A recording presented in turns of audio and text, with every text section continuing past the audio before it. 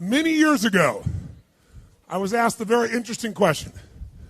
Somebody asked me a question, they raised their hand in a seminar and said, Tony, can you change people that don't want to change? Of course you can change people who don't want to change. All you need is the right kind of. If you have enough leverage where change becomes an absolute. Now for some people, leverage is not even the threat of their own life. Some people would rather die than have you tell them what to do. And so that's not the leverage. The leverage for them might be something for their children.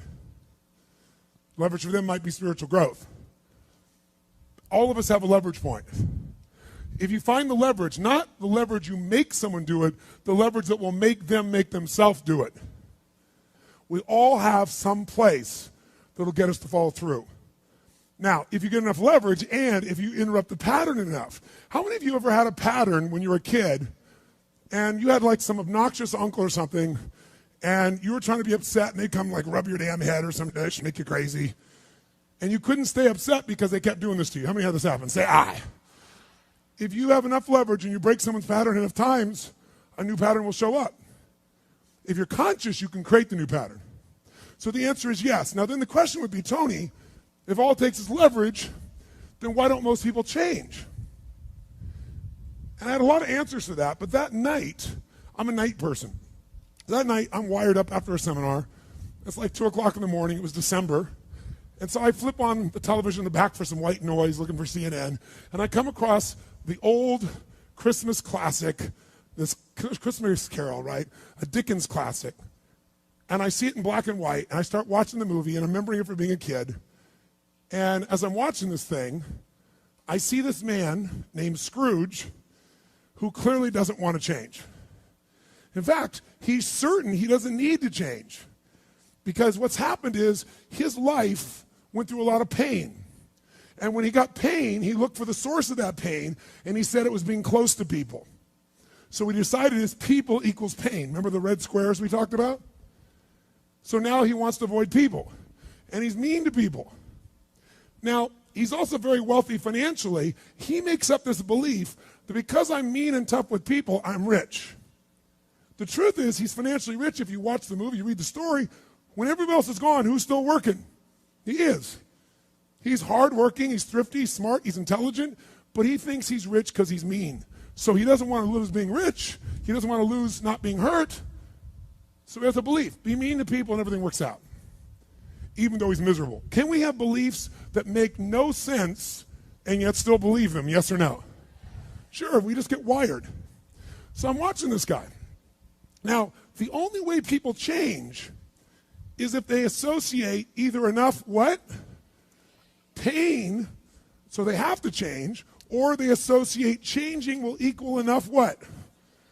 And ideally, if you get both, you'll change. If you get, every moment I do this, the pain's getting more and more intense, there's a point where you must change. And if I change, I get all this pleasure, you're going to want to change. How many follow? But what equals pain and what equals pleasure is what you associate in your nervous system.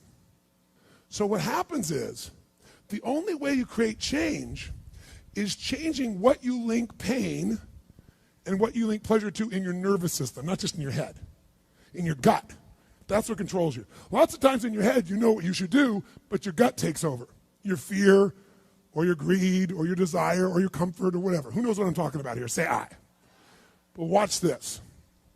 How many of you used to have a favorite dessert or a food or a form of alcohol that you really, really, really loved?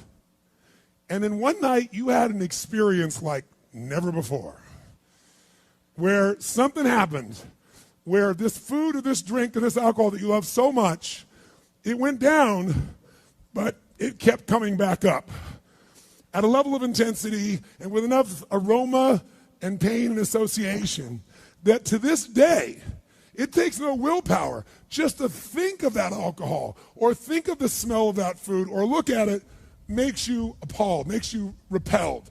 Who's had an experience like this in your life? Say aye. Tell me what that change was. Was that a change in willpower? No. All that happened is your brain changed what it used to link pleasure to, it now links pain to. When you link enough pain, it takes no willpower, you're going to avoid it. The problem is some of you are linking pain to things you need, like exercise, right? Or pain what you need, like a relationship, right? And it's the wrong association, but it's going to control your life. Your job is to change what you link pain and pleasure to. So that night, what was pleasure became pain, and now it takes no willpower, you just avoid it. So we call that changing what you associate to things in your nervous system, or for short, a neuroassociative change.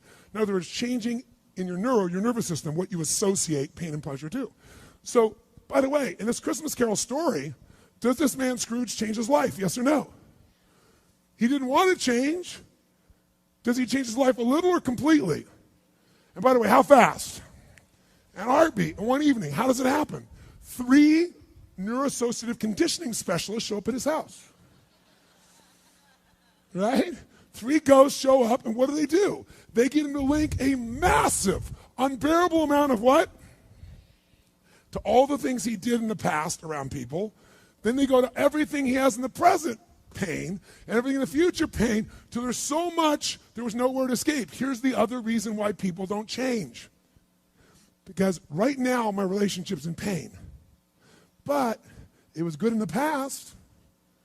So you escape having to change by remembering a good time. Or I might be coughing and having these problems with cigarettes right now, but you know what? George Burns lived to be 102. He smoked cigars, by the way, and he's 1 out of 10 billion people that pulled that off. But let's not confuse ourselves with ratios. So you make up what the future is. If your present is painful, you can escape to the past and get out of the pressure to change. How many follow this? Say I. Or you can escape to a future because no one knows what it is for sure and you can make it up. But if your brain links it's been painful in the what?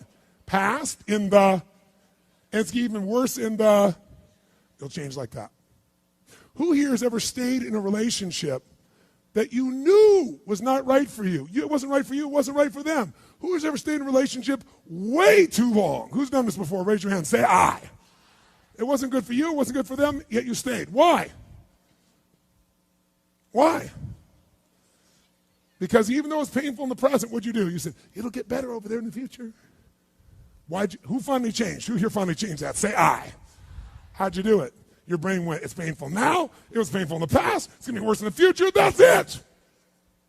That's what I call a Dickens pattern. When you lock in pain in all those places, there's no place to escape, so you change.